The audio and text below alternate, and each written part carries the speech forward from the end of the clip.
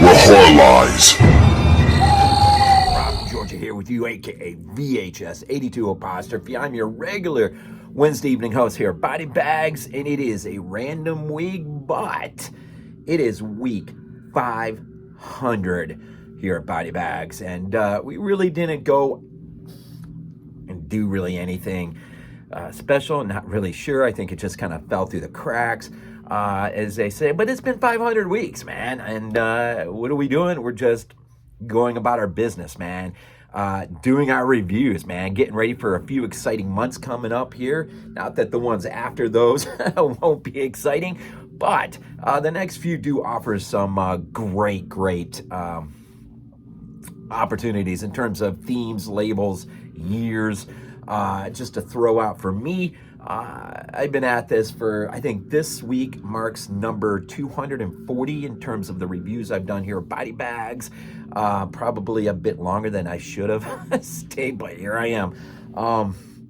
And again, it is week 500. Body Bags, if you didn't know, first got its start August 28th, 2013. That's about 8 years now. And I did do a video not that long ago, well, probably a bit ago, in terms of brief history of Body Bags. I am putting that link down below if you're curious, just kind of get a glimpse of what Body Bags is, was, continues to be, and will be, hopefully. Check out the link to my video I did, brief history of Body Bags. So in random week, and I was going to say too, in the few months looking out ahead, I'm going to get a chance to review a few movies, a few first-time watches or revisits, things like Splatter University, The Slumber Party Massacre, Henry, Portrait of Serial Killer, what else, man? Burial Grounds, some Italian goodness. There's probably a few more in there.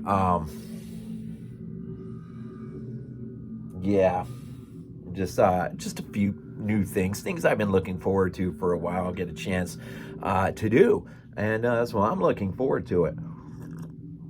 But we have some good theme weeks and label and year coming up, so it is 500. And I thought, I think the last time Se7en was covered, of course, the David Fincher film from 1995, it was JP. I should have double checked, but I'm pretty sure back in the early goings of Body Bags, JP, and I'm pretty sure he's the only one that's ever looked at this. And we have a general rule here. If it's an old review, obviously if it's been done 8-9 times, you probably don't want to do it. But if it's only been done once or twice and you got to go back 7, 6, 7, 8 years, it's kind of up for grabs. And so I'm like, how is it that this film has not been talked about more? David Fincher's 1995 Se7en, Morgan Freeman, Brad Pitt, Gwyneth Paltrow. And if you didn't know, in this film, of course, Ermey is in here as the place captain, Hawthorne Jones, Mark Boone Jr., Charles S. Dutton, of course, Kevin Spacey. The effects work, man, by none other than Rob Bottin, man, bringing some of the practical, the prosthetics, some of the makeup, man, and his work is pretty dang solid on this. Our cinematographer, known for things like The Ruins, The Ninth Gate. Of course, this is a New Line Cinema film, right? First on VHS, New Line Cinema, 95. And so, Se7en. What can you say? I could take up the next 15, 20, 25, 30, 45 minutes probably talking about this. But this film is an interesting, really it is a crime noir. It really does go far to raise, or bring us into a world that is the 1940s, saturated with its dark color palette, the constant rain, the dreariness of the urban decay of the city, the study and contrast of characters. Somerset's been there, Morgan Freeman's been there forever, and he is on his way out. basically in a week.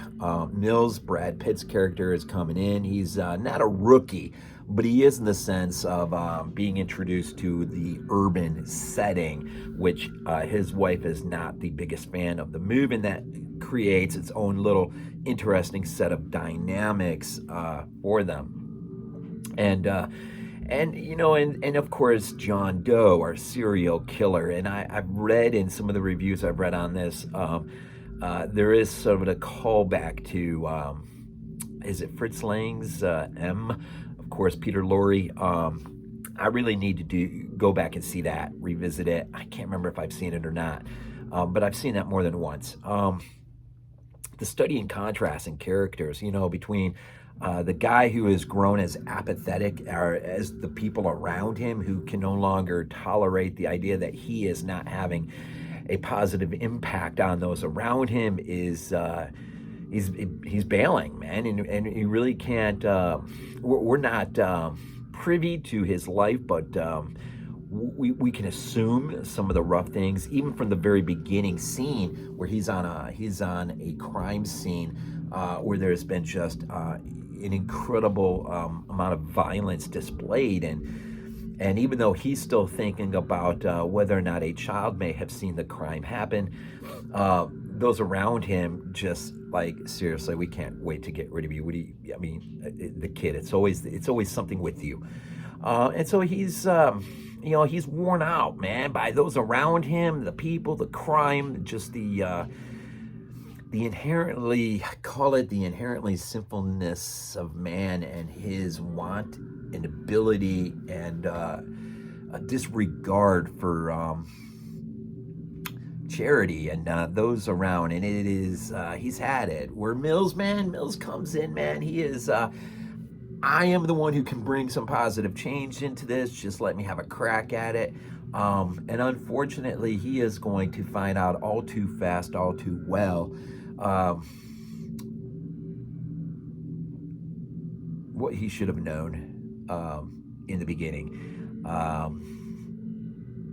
But here we are, and John Doe. So, you know, there's a study in contracts between John Doe and Somerset, of course. Somerset, again, worn out, you know, with apathy. But John Doe, man, is invigorated by the sense of there needing to be a message, a sense of justice. Think Jigsaw, man, after the fact, right?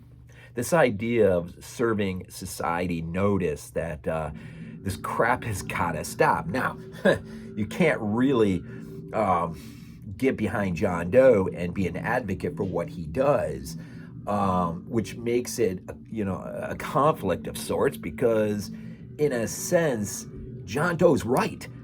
Society quickly is going to be lost. And even though his approach is psychotic, one can argue with what he sees. Although he probably has lost contact with the good that still exists. He has grown so worn out and apathetic, and yet invigorated with a sense of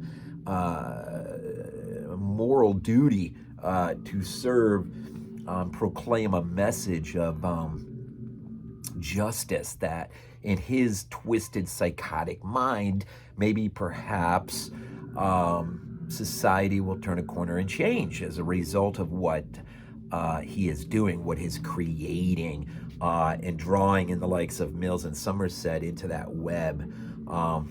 He is, in his mind, doing something that is going to be seen as, well, it's a game changer for him, right? And he is the one that has this sense of sort of providential inclination to moral duty to do it, and quite frankly, spiritual in a sense, since he does lock on to these seven sins, and this is the people that he goes after, right?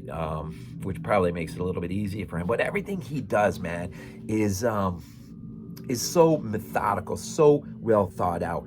And he almost nearly thinks about everything. And even when seemingly he's caught, he still ultimately has the final say in the end.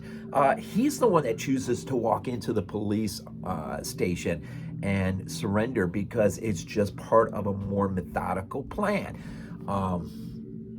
Mills and Somerset really missed the opportunity to nab him when they seemingly had that opportunity, when they show up at his door and he comes around the corner with groceries or something, and then he fires off a shot. And then one of the great chases in crime, thriller, suspense, horror, film history, man. One of the great chases. It's quite awesome, man. So many things about it. Aesthetically, David Fincher, man. I don't know. We throw around this term masterpiece probably a little bit too carelessly, but I think it's safe to say that this is David Fincher's own masterful work. This is the shining beacon of what this man is quite capable of on a good day, and it is quite remarkable. The storytelling that unfolds, the final, I saw this in the movie theater, and I'm telling you, it's one of the rarities when you walk out of the theater and you literally, it is not cliche to say that you could have heard a pin drop on the carpet. People were just struck. I don't know what necessarily blindsided, but there was that feel, right? And it is interesting. Having seen it in the movie theater, I have not seen this movie in quite a while. It's been a few years, maybe, perhaps, I think. It's just one of those films you kind of forget about. It's up on your shelf. In fact, you remember the old days when DVDs, man, came like this, right? You got the notebook style of John Doe's notebooks. And you open this bad boy up. Of course, all the supplemental material. It is 2 discs, right? And quite a remarkable job, man, for a DVD release, man. But that's 1995, man. DVDs might have been at that the apex, man, of just people pouring their love and their craft into a solid release, man. That was more than worth the money that you were paying into it. I don't know if we can quite say the same anymore. In fact, there's rumors abound that the new Evil Dead Rise release is not going to have any extras because it was originally planned for streaming only. Therefore, they didn't put the effort in, apparently, into any extras, which is going to make it a very hard sell to pick it up on physical media if you're not offering anything other than the film. And that is a movie loaded with practical effects that should be fully loaded, but we may have to wait to Screen Factory or someone grabs a hold of it and releases it in a much more pleasing, aesthetically pleasing, edifying release. So I don't know what else to say about Se7en, man. It is easily one of the great set pieces in terms of just filmmaking, and there's a bit to say theologically. There's a right way and a bad way of going about things. John Doe's way is obviously bad. It's hard to be a fan of what he's doing, and you do feel for Mills and his painful, absolutely painful pathway that he is ultimately being called to walk. Certain things that happen off camera are some of the most horrific things imaginable because you're imagining it. These are things that we don't need to see. In fact, the whole carpet would have been pulled out from under the impact or the blow of such scenes had we been privy to. But instead, we work it out in our mind and we think, my God, that is, wow. But that's how film ought to work anyways. And there is a place for practical effects and over the top even. I mean, Evil Dead 2 wouldn't be what it is if not for the over the topness of its special effects being just a feast to feast upon, right?